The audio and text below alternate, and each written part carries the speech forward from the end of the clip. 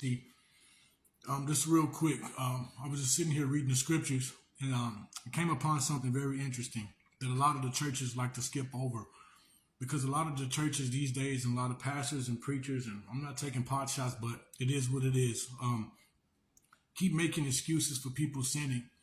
You know, like there's a small sin, there's a big sin, where there's no such thing. Wrong is wrong. But the thing that I'm going to point out is about how the church keeps going on to say all you have to do is pray and your sins will be forgiven. That's a lie.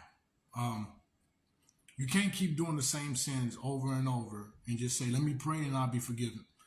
You know, let me go cheat on my wife. Well, boom, boom, boom. Let me pray about it, I'll be forgiven. Let me go rob a bank. Let me go rob somebody. All I got to do is pray about it.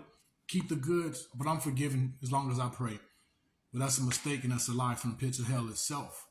I was just reading Hebrews chapter 10, verse 26. I'm just going to read it real quick. This is deep. This is for all the so-called Christians out there that don't like to read the scriptures or to listen and place the responsibility on their pastors and their bishops to do the work for them, which they need to quit being spiritually lazy and start just looking up things themselves.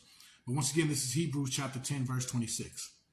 It says, for if we keep going on sinning deliberately after receiving the knowledge of the truth, there are no longer remains a sacrifice for sins. Okay.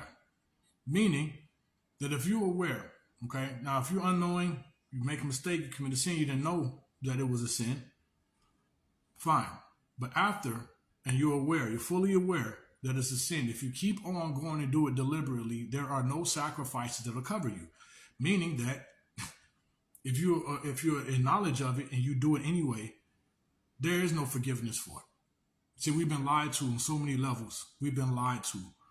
So you guys don't fall for the okie doke. Build your personal relationship. Do your own research. Stop being spiritually lazy, because we're going to be led to hell if we depend on other people's things instead of you having your own relationship and do your own due diligence and your own research. So you guys please be very careful and aware of what's going on spiritually. So just remember, there is no such thing as I can just pray my way out of this, especially if you have knowledge of thereof of what you're doing.